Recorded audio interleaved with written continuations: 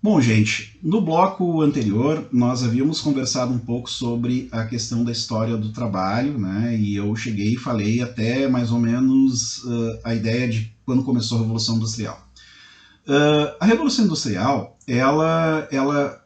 antes dela ocorre um fato na Inglaterra, né? Sempre eles, né? Então assim, que é uma coisa curiosa, que a Inglaterra ainda lá no século XIV, no século XV, ela começa a se convulsionar, gerando uma espécie de revolução burguesa antes mesmo da Revolução Francesa. Então, ocorre uma guerra civil que derruba, né, a dinastia a dinastia dos Tudor, e a partir dela se estabelece efemeramente uma república que é a chamada Revolução de Cromwell. Né? Esse Cromwell, que foi uma figura singular na história, ela desmonta, essa figura ela faz com que se desmonte o sistema feudal antigo. Então, ou seja, faz com que se criem a questão dos direitos dos comuns. Porque o que acontecia? Quem não era nobre era plebeu, e plebeu era a mesma coisa que nada. Então, assim, apesar de serem homens livres, esses homens não tinham direitos. Então, a primeira coisa que a Revolução Gloriosa, a Revolução de Cromwell faz, é justamente estabelecer o protótipo do Estado moderno como a gente conhece hoje. Né? E isso é extremamente importante, porque quando surge a Revolução Industrial, tu já tem uma base jurídica para considerar a figura do trabalhador, não mais do plebeu que pertence a um nobre. Né? Então, ou seja, a partir dali tu tem homens livres. Consequentemente, a questão dos feudos, ela também é desmontada e começam a surgir as pequenas propriedades. Né? Então, assim, os donos da terra acabam tendo que ceder, e isso é fundamental para tu criar uma subversão dentro da lógica feudal, onde tu tem uma ocupação dos espaços urbanos por causa das fábricas, e consequentemente essa ocupação dos espaços urbanos ela faz com que tu tenha que ter um aumento do plantio de alimentos, né? Então principalmente da farinha de trigo, que era a base da alimentação inglesa na época, para fazer pão, enfim, e não tinha muito sentido, dentro da lógica da produção feudal, tu ter esse sistema. Né? Então, tem vários historiadores que estudam isso, entre eles um dos meus favoritos, que é o Edward Thompson, que ele justamente estuda essa questão de como é que na Revolução Gloriosa e posterior a isso, né, os caras começaram a resolver o dilema do desabastecimento na medida em que as cidades começaram a crescer. Né? E elas crescem basicamente por quê? Crescem por causa da Revolução Industrial. Né? Então, tu tem ali as grandes fábricas, né? Então, fábricas que empregam milhares de pessoas, né? Então, com máquinas gigantescas, máquinas que não podem parar por causa da pressão do vapor. Né? Então, teares, fiadeiras, depois, na segunda Revolução Industrial, quando vai se desenvolvendo válvulas de alívio, válvulas de pressão, se inventam máquinas que movem outras máquinas, né? Então locomotivas, motores estacionários, enfim. Quando depois, ainda na terceira Revolução, se descobre a eletricidade, e cada vez que essas inovações tecnológicas elas vêm, elas vão avançando, mais gente vai se integrando à linha de produção. Por quê? Porque como tu ainda não tem microinformática, esses sistemas eles precisavam de gente para funcionar. E é nesse contexto é que surge o sindicalismo. E também neste contexto é que surgem as doenças de trabalho, ou melhor, a preocupação com as doenças de trabalho. E não preciso dizer, né, gente, que no século XVIII até o início do século XX, as condições de trabalho elas eram brutais. E elas só foram por assim dizer, vencidas com a luta sindical. Primeiro com a organização, com a própria organização sindical, que questionava as condições de trabalho e principalmente os acidentes de trabalho, que eram variados. Então, as pessoas eram mutiladas, elas perdiam braços, perdiam pernas, tu tinha jornadas de trabalho que eram desumanas. Essas jornadas de trabalho, elas automaticamente provocavam acidentes, porque as pessoas ficavam cansadas. Elas eram, às vezes, imobilizadas nos seus equipamentos. Então, existem máquinas, até no Museu do Vapor, em Londres, tem várias dessas máquinas de fiação, aonde o sistema de segurança da máquina era o pé do trabalhador. Então, ou seja, tu tinha que colocar o pé para que, enfim, o tear ou o fiador começasse a funcionar. Com a pressão entrava uma espécie de retentor na canela da criatura, e bueno, ele só podia tirar o pé dali quando a pressão da máquina esvaziasse, né? Enfim, e isso normalmente acontecia apenas de 8 a 12 horas depois. Chegaram a existir jornadas de trabalho de 12 horas, né, por dia. Então, obviamente, os acidentes eram frequentes. Crianças trabalhavam, né, mulheres trabalhavam, grávida trabalhava, velho trabalhava quem pudesse trabalhar. Né? E normalmente ganhava um salário de fome que mal dava para sustentar, né, e a subsistência. E a partir daí é que surgem as primeiras, vamos por assim dizer, concepções de pobreza. Porque o que acaba acontecendo? O plebeu, lá na Idade Média, ele não era, a gente não pode considerar ele pobre. Por quê? Porque ele produzia, a sua pobreza ela era conjuntural. Porque, na verdade, ele produzia o seu alimento, ele tinha a sua casa, enfim, ele tinha a terra que era do senhor feudal, que ele tinha que dar um pedaço e garantir a sua subsistência, ele não acumulava. Mas, em compensação, ele não passava fome, ele não passava necessidade.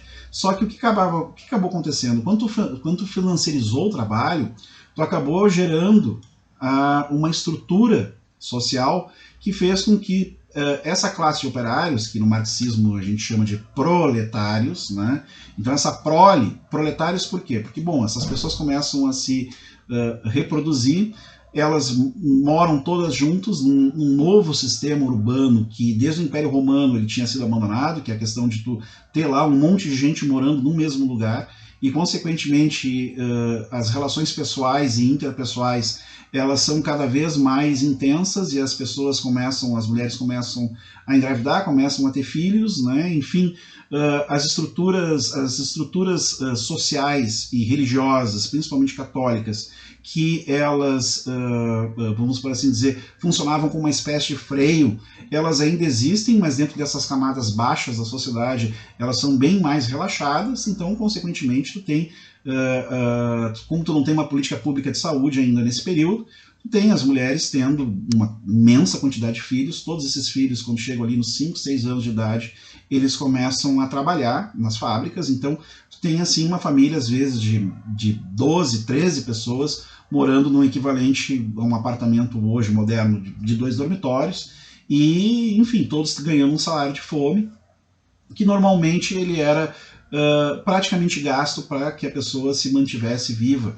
E essa era a lógica até o início do século XX e que, bom, a gente ainda encontra alguns análogos dela por aí, né, por mais que a gente tenha direito, principalmente nesse nosso Brasil varonil. Então, o que acaba acontecendo com isso é que essa pressão em cima desse trabalhador, ela acaba gerando revoltas, e a partir das revoltas é que tu tem a gênese da organização sindical. Né? Então ela começou ainda na Inglaterra no século XVIII e ela vai evoluindo ao longo do século XIX. Então os primeiros sindicatos, eles eram na verdade caixas de multissocorro. Eles serviam basicamente para assistir as pessoas que ou eram demitidas ou elas eram mutiladas nas fábricas e não tinham mais como trabalhar. Então, se a pessoa não tivesse como trabalhar, ela não tinha proteção social, não tinha seguro, não tinha nada. Ela simplesmente morreria de fome, viraria mendigo. E aí Marx cria uma subcategoria para esse tipo de gente, porque isso acontecia muito, porque o capitalismo nessa época, e isso nós estamos falando ali entre 1700 até 1910, mais ou menos, né, ele não estava muito interessado na questão da proteção do trabalhador, porque tu tinha muita mão de obra, e essa mão de obra ela era muito barata. Então o que acabava acontecendo é que, bueno, o cara perdeu a mão, perdeu o braço, ficou louco, morreu, bom, a gente substitui outro rapidamente. Então, os primeiros sindicatos eles surgem como caixas de multissocorro. Né? Então, primeiramente, é para tu fazer com que a família da pessoa que foi acidentada ou que os seus parentes ainda não estão aptos para trabalhar na fábrica, eles possam ter uma subsistência. Né? Posteriormente, principalmente quando ocorre a terceira revolução industrial e tu tem o advento do Fordismo, que a gente vai falar lá adiante, é que tu tem uma estrutura, tu começa a ter uma estrutura de transformar o sindicato um fiscalizador das condições de trabalho. E, consequentemente, como a sociedade ela vai evoluindo por causa da comunicação e do esclarecimento, né, principalmente da cultura, da educação, de forma universal, é que tu vai constituindo leis que estabelecem a proteção e a manutenção do sistema. E isso é uma coisa muito importante que a gente tem que ter em mente, né, que o sistema ele precisa ser mantido sempre contra qualquer revolução social. Nem sempre o capitalismo conseguiu. Então, assim, a Revolução Russa ela é um exemplo clássico disso, né? Embora o caso russo lá, ele é totalmente à parte, e eu não vou falar sobre isso aqui agora, né? Então, porque a Revolução Russa tinha dois estados dentro de um estado só, né? Tinha um estado moderno e ao mesmo tempo um estado feudal. Então essa contradição não conseguiu funcionar durante muito tempo e explorou demais as pessoas e aí funcionou como um barril de pólvora, né? Mas enfim, esse mecanismo do barril de pólvora, tu tinha as válvulas de alívio, são de certa forma as leis de proteção ao trabalhador que começam a surgir após a Primeira Guerra Mundial. Então, porque, gente, até a Revolução Francesa, liberdade, igualdade, fraternidade, ou seja, né, a questão do iluminismo, tu não tem política social de governo. Isso não existia. Tu não tinha infância. O conceito da infância, por exemplo, é uma coisa muito moderna. Quem assistiu aquele filme O Mestre dos Mares com Kurt Russell, vocês vão se lembrar que há várias crianças no navio do Kurt Russell que são nobres, são filhos de nobres, que estão aprendendo o ofício da navegação. E essas crianças, elas lutaram, elas quando eles vão abordar o barco francês lá, que eles estão combatendo, vocês vão se lembrar que as crianças lideraram ataques porque eles eram oficiais superiores da Marinha Real. Então, ou seja, um deles, inclusive, estou dando spoiler aqui, mas é para explicar, um deles, inclusive, é atingido e tem o braço amputado, é uma criança de 10 anos, mas era tratado como um sir, né? Então, ou seja, um oficial da Marinha Real. Então, esses conceitos, né, de políticas sociais, de educação universal, de saúde universal, são coisas muito novas e que o capitalismo teve que dar muito a contragosto. Porque, bueno, né, o sistema de exploração com educação, ela não funciona mais, né? E o Fordismo, de certa forma, que a gente vai falar no próximo capítulo, ele é um mecanismo que faz um atenuante nessa linha de produção brutal. Né? Por quê? O que acontecia antes? Quando tu tinha... As fábricas, elas não tinham uma linha de produção. Né? A linha de produção delas, ela era segmentada. Então, o que acontecia, por quê? Porque ela era uma linha de produção massiva. Tu tinha galpões ou prédios muito grandes, com muitos andares, porque essas máquinas elas eram muito volumosas.